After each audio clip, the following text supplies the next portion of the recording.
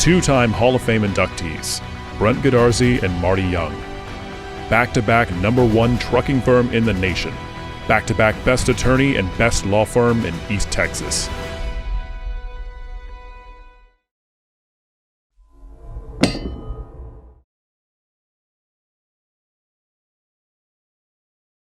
Hello Buckeye Nation, Jeff Rash here. Welcome to the Gilmer's Coaches Show. And today I not only have the athletic director and head coach, Mr. Alan Metzel of the Gilmer Buckeyes, but I also have the two geniuses of the week with me.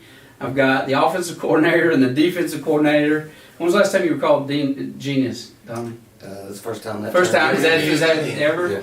Yeah. This is our defensive coordinator, Tommy Edwards. Everybody knows. Tommy, how long have you been with Gilmer now? 24 years. 24 years, so no stranger to anybody in town. And then, of course, we got Brody Lipsey, our offensive coordinator. And Brody, this is year 4. This is year 4 for you, okay. So the reason we invited these guys, Alan and I were talking about it, and I said, everybody likes to talk about it after the game. Fluellen had a good game, or Luke Watson had a good game, and I told everybody this weekend at church, who had a good game was offense and defensive coordinators, these guys, and obviously all the coaching staff, but we can't squeeze them all in this frame. So we invited you to represent your teams, and you can call out anybody you want to, guys. But first of all, what a game. That was an awesome game. Was that fun or what? They brought the energy. They did. There was a ton of energy in the stadium. By the way, the Buckeye fans traveled huge. They brought lots of noisemakers, which was awesome, and created a great environment in the stadium. That's the best football game I've been to in a while, as far as just energy and environment. It felt like a college game, really, and certainly playoff level. But what was amazing was just you could feel the energy from the players, the aggressiveness. I mean, did you guys have a great practice? Were you anticipating that level of I'll let you energy? Talk about it. Yeah, Tommy, we've I thought the week of practice we emphasized the importance of. We used the term cutting the head off the snake, and we knew that the quarterback was going to be the guy, and we had to first of all be physical and win the line of scrimmage and put some pressure on him and get him to be uncomfortable. And I thought we did just that. And the practice that led up to that was the game type of situation as much as we could, and I thought we executed it to a T. I thought so too. Would you guys all agree that was the best game they've played this year? That was all 4 quarters. Oh, no doubt. Yeah. I mean, that was you've been talking about this all year about putting. We got 3 quarters, we got 2, but that was 4 hard quarters of football, right? I think that's the best game I've seen. In fact, that's one of the best games I've seen them play maybe in a couple of years. I mean, honestly, in a few years. And what's been funny, a lot of teams have either a real strong defense or a real strong offense. And we've got a really good balance this year. It's hard to say, hey, who's the, it's the a kicker. team. It is. Yeah. It has been a whole team. Right. Special teams done well. Turnovers. And the turnovers, I think, were like net 2 or something like that. I mean, that's not bad. But both sides of the ball have just played extremely well. What did you see specifically that you liked on the offensive side of the ball this week? I thought we came out and we were the initiators and being the hammer, taking it to them. We kind of had an idea of what they were going to do to us. Yeah. And fortunate enough, we practiced that look quite a bit. I mean, majority of the week. And our guys had an awesome week in just knowing what to do, when to do it, how to do it. And when the good on good stuff that we get amongst one another is, hands down the best thing that we do, because that's the closest thing. It simulates the game. Right. And, the defense puts us in some stressful situations sometimes, and that goes to show on Friday nights. And I really thought our guys, that when they dealt with adversity, they forgot about it and played the next play.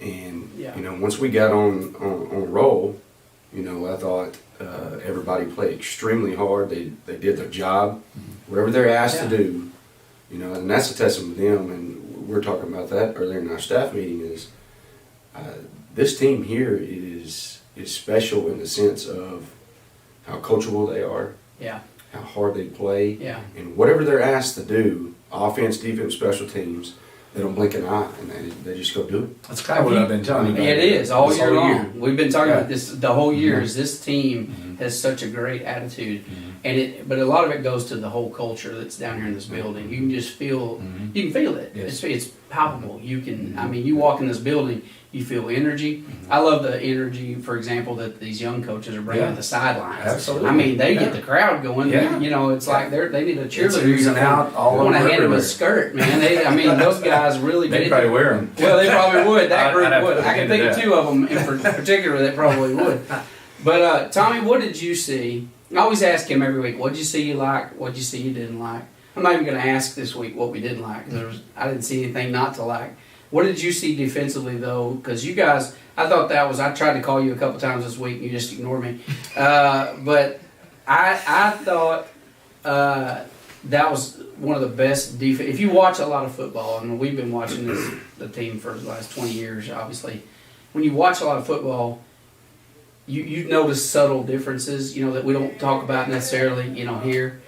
But I saw several differences, I thought, from the defensive scheme. So talk about what did you like there without giving away the formula? Well, first of all, you know, just giving credit to the kids. You got a lot of kids that are playing different positions, basically doing the same thing they would at something else at their original position, but they're playing a different position. Yeah. And like Coach Lipsy said, didn't blink an eye. Yes, sir, let's do it. And credit to the coaches that are in that defensive office. You know, I might get this interview, but it's them. Yeah. It's all them. But I know going into it, like I said, we had played a lot of man going into it, and we figured that they thought we were going to be in a lot of man, so we wanted to throw some zone at them and Yep. be able to keep the scramble drill because a lot of his completions, when he gets flushed out of the pocket, the receivers do a great job of going with him. Work this week of our receivers, and if you watch the video, I mean, he usually gets on the sideline, there's one or two people open because the other team, and if you look at the video and you see, there's more white jerseys on that sideline than there was green because our he threw kids were into a going to lot make of sure coverage. that he Yeah. was not going to complete that little dunk pass. Yeah. And, you know, us just being disciplined up front. I mean, every video I watched, they jumped off, other teams jumped off sides 3 or 4 times. And I know we have in the past in other games. I never want to take the aggression away from those guys. And it all comes back on me. But I want those dudes Firing off the line. being Yeah. aggressive and being violent, and at the same time, you know, using the term from Coach Turner, you know, I want to be poised and nasty, and that was what we were stressing this week. You want to have that poise about you, but when push comes to shove and that ball moves, you want to be nasty. It's time to get nasty, and we had seen them on video, you know, trying to be the intimidators of extracurricular after the play, and you know, and putting people on their back and. Just different things, but we emphasized of don't let your teammates Emotions. get into that. Yeah. Go take him away and Yeah. pull him off and go find somebody. And, you know, Coach Metzel hit on the head when he said, just run to somebody and go, and I'm going to kill him next play. You know, just don't take it out on that Stand guy. up. Just do it to your teammate. But, Yeah. you know, at the end of the, it was funny because into the fourth quarter, just watching it, you start seeing them helping our guys up and patting them on the shoulder. I mean, Yeah. it, Well, there's some we respect. talked about it in the week of using no Jedi Yeah. mind trick on them. Yeah. And it Well, was it's definitely like- used on them because it's like- they were a totally different group after what happened. Well, it's like Mike Tyson said, everybody's got a plan to get hit Yeah, in the mouth. It has That's a way right. of humbling you And and it was changing just, your game plan. It was good to see the things that we were coached about, trying to keep them in the pocket and then pressing them to the sideline, getting everybody to the sideline, stopping the run, and you know, and you don't want to talk about the disappointment, but you know, just those 2 big plays, we had it made. We had 2 missed tackles on it, but those are the little things that got to go hand in hand. When you're in round 4, you can't miss tackles. Well, you're talking about a So- quarterback that was touted as being, and he is very good. I mean, No the doubt. guy's got the No stats to doubt. back it up. He's No threw 8 touchdowns in one game. He ran, I think, 200 yards in a couple of games. I mean, the guy's a real deal. And Todd and I talked about this in pregame the other night. We're just like, you know, keys of the game, it's always about turnovers, and it's this and it's that and that. we said there's really only one key to this game: outside containment of Townley and having somebody, a linebacker, sitting at home in case he tries to break the draw. And you guys did execute it perfectly. He broke one long run. If it hadn't been for that run, I think he would have been negative yards for the night, which would have been obviously, and then that gets in their head. Right. That third quarter rolls around, you start panicking, you make mistakes, and that's what we saw. And you guys, I tell you, the boys just never let up. I've never been more proud. I really haven't. Those guys put the hammer down, and the physicality of this game, it was more so. And I even said, I told Todd in the game, I said, I'd give anything. Watching these guys play tonight and execute as well as they did, as physical as they were on defense, I mean, slamming people. Like, it looked more like WWE than a football game at times. I even made the comment, I said, I almost wish this was Carthage across the ball from us tonight. And I know you guys want to be humble about that, and we have much respect 2 weeks for ago. Scott Surratt. We have much respect for him. But I did, the aggressiveness, the intensity in which they played, it was just, man, it was incredible. It was fun to watch. As a fan, it was just a blast to watch. So I wanted to bring you guys in, and kudos, and I thought it'd be cool. We're going to go over some of the plays of the game, and you can throw it back and forth to them as you wish. This first play we're going to look at really kind of set the tone. Michael Colbert runs down on the opening kickoff and lays the wood to him, pins him inside the 20. You bet. I'm going to circle him here on our video. Michael played on our JV earlier this year. Really good athlete, young player, and just does a phenomenal job of getting down the field and getting these guys pinned up so they start the game deep into their territory. So here he is. I've got him again. So you see him. Here he comes off the edge, keeps outside integrity, makes the tackle. Now they've got the ball on their 15-yard line. Yeah. That's how you want the offense to have to start the game. Yeah, pin them deep. And you guys did that in the whole first half. It seems like they were down there inside their own 30-yard line most of the game, and which was pretty amazing. Kickoff team, we talk about how important special teams are. We spend a little time talking about it. But you had this one on the opening kickoff, which you guys deferred. And then you had two other kickoffs that, they just took right and ran right out of bounds. They cut number 3, twice runs it out of bounds. Those things are crucial, not to let them get a run back. So, exactly. Next play is just a good defensive play. defense. Yeah, Tommy, I'll let you kind of talk this one through. You're just going to see our D-line get good pressure, and DB's all around the ball here. So I'll let it roll and let Tommy talk about it. Here's Luke off the edge. You're going to see him beat a block and get after the quarterback. Yeah, Luke played, his typical position's outside linebacker, but we moved him down to put his hand in the dirt. He's just a physical kid. He's got to stay on his feet more, but he does a great job of shedding the block and needs to work flat.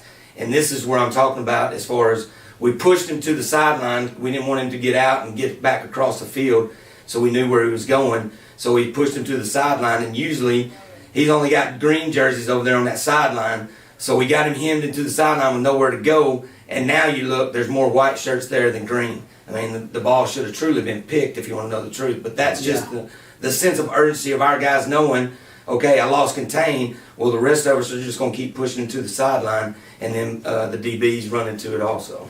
So this next play will be an offensive play, and let me just set this up. Ashton Haynes was the running back on the JV all year. Yes. We've had an embarrassment of riches all year long. We have a few injuries here and there along the way and some sickness, but Ashton steps up 2 or 3 weeks ago, comes in, and gets his first start, I think, last week. Actually, a start. He's a 15-year-old kid. This guy's a sophomore, but he runs like Earl Campbell, right? I mean, he is Pretty just talented. a beast. And he ran for like 100. Did anybody do the final numbers? Like 198. He was over 200. Was he over 200? 202. 202. Okay, so we were trying to track it there toward the end of the game, and so we were like, oh, come on, leave him in there long enough to get that 200. But he rushed for 200 yards in round 4. 25 he carries. really did a great job. So let's watch that. Let you talk about it, Brody. Okay, I believe in this drive right here, we had them on their heels, and we were trying to just run at them, and we had a few runs inside. We saw them trying to pinch inside, and so we ran outside. And when you got guys on the edge that block like Luke right here, it's Look at this block. Boom! The running backs appreciate that. Whoever the ball carrier is really appreciate that. And then, you got Dylan out here on the edge blocking, You got Rowan blocking inside, so the line do a good job of getting in the way and sealing the edge, and you just let Ashton go to work after that. I thought the offensive line had a really good game by the did. way this week. Had a good. It was all over the ball. This next one is Ashton scoring, I think maybe his second varsity touchdown or something like that. You know, this is one of our kind of bread and butter plays this year. You know, our line up front just gets a body on a body, and actually I believe it's number 10, their linebacker. I went back and watched this. He, you can see him right here. Nobody touches him, and when he sees Ashton there, he had second thoughts of tackling him. So that was a good job. That was a good job. He does do a good job. Now this next one is Landon Watson and getting a turnover. We talked about how important those kickoffs were. Right. You know, this is Landon getting down here getting a turnover. So Landon's got to keep outside contain on our kickoff here, and he gets after it down the field. So his job, he has the rule of 21. There's got to be 21 guys inside of him, and he does that. So he stays outside leverage right there. I've got it circled. So here he comes right there. And then you're going to see him put his helmet on the ball, it fumbles, and then he jumps over there and grabs the recovery. Yeah, so I thought that was great. So think about that. Out of the kickoffs that we had, and I guess, you know, we had, what, 6? Mm-hmm. 6 kickoffs. 4 of them, one of them's pinned them on the 15 on the opening kickoff. You had that with a fumble recovery, and you had the other 2 that didn't get a chance to return. I mean, that's pretty good critical. average. That's That's good. net. You'll take that every game for Absolutely. special teams. That was pretty amazing. This next one was just the defense making a really tough stand, which they did a couple of times in the red zone. Tommy, I'll let you talk Yeah, we, through. you know, they just had a long run down to this point, and we knew that they like to run the ball down here to establish, you know, in the red zone. So we hoping to make a big play. We had Luke does a really good job of setting the edge. They want to run the ball inside in power. He squeezes and knocks the fullback out, and then gets off a block and makes a play for a huge loss, which you know always helps in the red zone that you get a big defensive stop right there. But just guys, you can see there's 4 or 5 shirts just waiting on him. But the main thing was he didn't go out of his way to do something else. He did his job, and he knew he had backup behind him. Yeah, good job. There are a lot of swarming the ball, and I know y'all talk about this. Your value is your what? The distance away from the ball that you When the are, whistle's that's your blown, value how to your far you are. teammates. That's how valuable you are. This next one was critical because this was early enough in the game that it still really kind of mattered. Right. And they were going for a 4th and 2, and Rowan stopped them short. We had, you know, there was one of the freeze counts there, but they like going 4th and short. They like going quarterback draw on this. So we knew we wanted to man them up. We wanted to keep as many in the box as we could for 4th and 2, and keep Rowe in the middle that's spying the quarterback. So he's really got 2 spies on him. You got the Mike backer, which is Jet, and then you got Rowe. And as soon as we got penetration inside and he had to dip it back outside, you can see Rowe flying to him as soon as he turned his shoulders up the field. Huge play, big stop. That was huge. This next play we're going to look at is a, you know, you talked about Jet sitting over the middle, Tommy. We've talked about him quite a bit this year. You know, I don't know how tall he is or out the. What is he? 5'7"? Maybe is he about my size? somewhere. What he thinks or what? What, he no, I actually- know what he thinks he is. I know 6'3". he thinks he's 6'4", 240. Yeah. But what is he? Is, you know, He's met 5'9", 5'8". this guy. I mean, the dude's This a ball guy player. is I a mean, ball player. And the thing is, he can play any position on the field. I mean, he's the field general. He knows everything. You know, we always talk about the lion's the king of the jungle because he thinks he is. You know, he's not the biggest. That's the elephant. He's not the tallest. That's the giraffe. He's not the fastest. That's the cheetah. The only reason he's the lion and the king is because he thinks he is, and that's Jet Jones. That's him. The guy's That's him. he is a beast in a small package. This next one was passed to Jaden Griffin.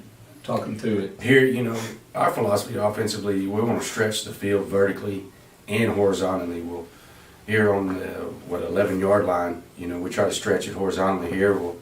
You know, we have option of handing the ball inside, option throwing it to the left, option throwing it to the right, depending on who comes. Well, you know, Brandon does a good job of reading the defense and seeing that he has more room and a softer coverage to our left. And so he throws the ball out here just on a spot pass to Jaden, and you can watch Dylan right there just manhandle the corner, and Jaden does the rest right there. And that's on their best football player, number 2. So that was, when you can do that to a team, and especially against their best football player, kind of demoralizes them.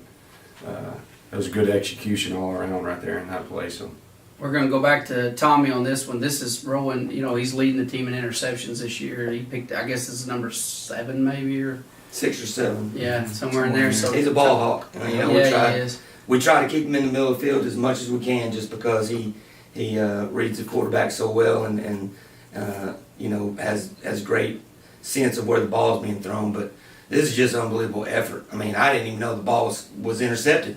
I knew it got deflected, but as soon as it got deflected and he dove and laid out for it, that's just unbelievable effort. Unbelievable. So that'll be one for the highlight. Oh, no doubt. There, no doubt. That was awesome. So that was diving interception. Next one is Jet Jones. We just talked about bringing pressure. Okay, I may have put in an extra offensive one here. Well, let's just see what this one is. This one is to Mason.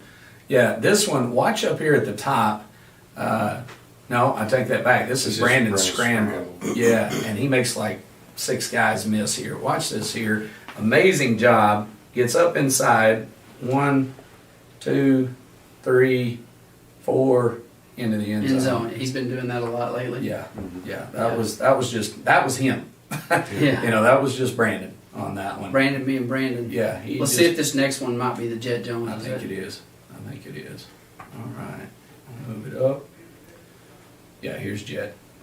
Yeah, this is, again, Jet was the big spy guy, spying the quarterback, and with the motion, he gets a little bump over, but and not that he's not fast, he just looks extremely fast. He sucked that dude up in a heartbeat, but that's just the kind of kid he is. You ask him to make a play on a much better athlete, he's going to get it done. Whatever he's got to do, he's smart enough and wants to do the job so bad that he's going to do what it takes to get the job done. All right, so I waited to say this guy's name until this next play that we're going to watch.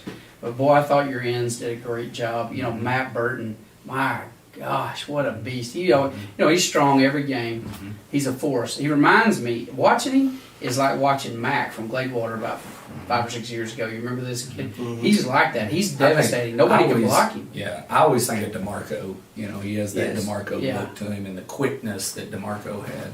Having those 2 guys on the outside, Luke and Matt, has been a good combination. So let's take a look at this. This is Matt getting a sack. Again, he's very smart, with knowing the sets and knowing stances and things like that, and unbelievable get off. And we talked all week about, you don't really want to get past the quarterback, but in our 4-man front, he's got more guys to help him out that he can flush him into. And his effort here, most people just went, all right, I'm past the quarterback, I'm going to give up on the ball. But he keeps running his hip and comes back inside.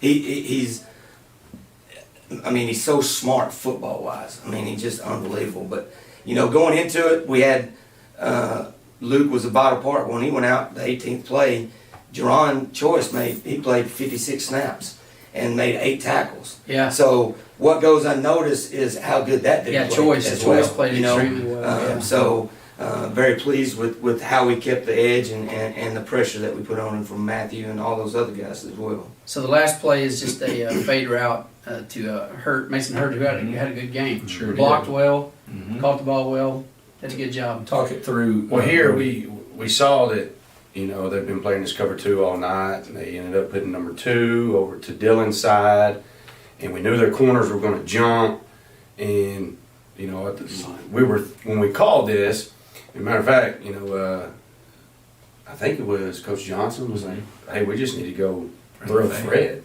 or it might have been Coach Nice, and because they were seeing certain things. Well, we were thinking, okay, surely Brandon's going to throw it away from number 2 because he's doubling over Dylan, but Dylan's our best receiver there, and he makes a really good decision, and they do what they've shown, and the corner bit and the safety bit, and Wide open. just wide open. Wide open. That was So- a good job of, Brandon being the signal caller and decision maker that he is. Yeah, he has really grown, boy. It's been fun to watch him this year. So, guys, 4 left. Feels good. Feels like where we ought to be.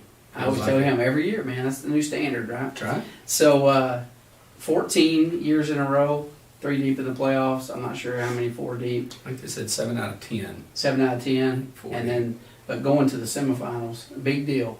So, we got a good team. We thought we were going to have Salina. We were already calling that one until the last 20 seconds of the game. It's kind of like how we ended up with these guys, right? Last minute win, last second win. And so, I understand. I showed you Kurt Traylor sent me a picture of the big running back. I guess you've probably seen some video he's now. very talented. He's a big, strong guy. He's a strong guy. Yeah, he is. So what are we looking at from Graham? Very talented on offense. Quarterback's really good. Of course, the running back is the guy because he'll go out and play receiver. They'll put another running back in, just put him out at receiver. So he's very talented. Can catch the ball, run the ball hard. They're going to give you 20 personnel, 10 personnel, and Cinco personnel all in the same look. So we're going to have to be really locked in, be able to stop the run, and then play some coverages that are going to be like last week, confuse them and give them some different looks with 3-man and 4-man, and be physical. We got to win the line of scrimmage. That's the main thing. But we're going to focus on them and know that if we don't get this job done, it ain't going to matter about the next week. So we will get this taken care of, but it's going to be, we're going to be on like we've been, and it's going to take every bit of what we got. Tell them a little bit about the defense. Defense, they're well coached. They're where they're supposed to be when they're supposed to be there. They're big, they're strong kids. They're pretty physical. They got a good defensive lineman. They got good linebackers. I feel like that, what we've been doing is, whatever the defense gives us, we're going to take it. And, yes, we have a quarterback that can throw it, and we got some receivers that can run deep and catch it. But we do have offensive line and some running backs that can make you pay in the run game. And so we're really going to focus on doing our job, and whatever they give us, we're going to take it. And, we got to go be the initiator again. We've got to be the one that's the hammer. For us, we talked in our staff meeting, our focus this week, a lot of people here, they tend to think, well, Carthage, that kind of thing. And I get it because we're in East Texas and so everybody's aware of them and we played them this year and so forth. But it's Graham. I mean, they're a very good team. This is something they do normally. They go deep, year after year after We've seen them before. Absolutely, 2012. So, they're used to being successful. And we understand, we do, that this is a really good opponent. So we've got to lock in and bring the kind of energy, the kind of focus that we did last week. And then, the future will be the future. But right now, we are locked in for Friday night. Well, I'll tell you what, if the Buckeyes bring the energy they brought right there, I like our chances a lot. And Coach Metzel is guaranteed a 28-point margin of victory, and I want to thank you for that ahead of time. Actually, he didn't. He never gives me any predictions ever. He's not a lot of fun to do this with.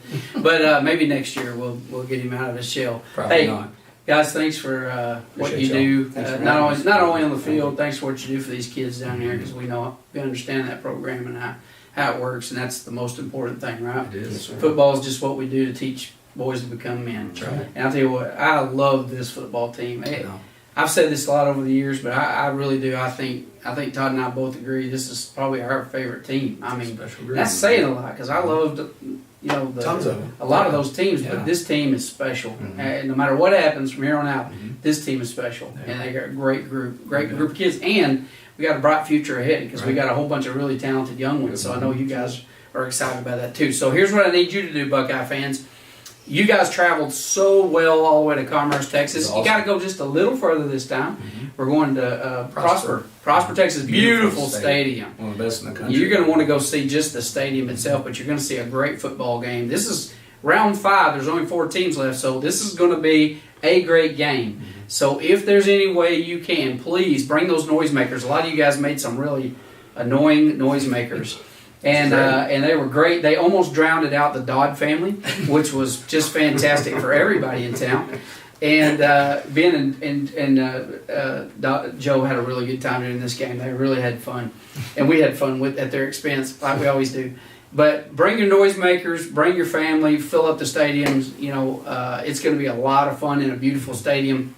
You're going to see some great football. So we need you guys to travel. If you don't travel, be watching our Facebook pages this week, all the social media pages we normally post on. We'll let you know exactly how you can watch the game this week, because it changes from week to week. It's not our fault. They buy our games out, and so we can't really tell you exactly what's going to happen yet. We will be broadcasting, I can tell you this, on Channel 1 and 601 on E-Tex, and then GilmerBuckeyes.com. So we'll have audio going there. Not sure what we're going to do on the video stream. They had some more problems this week on video stream.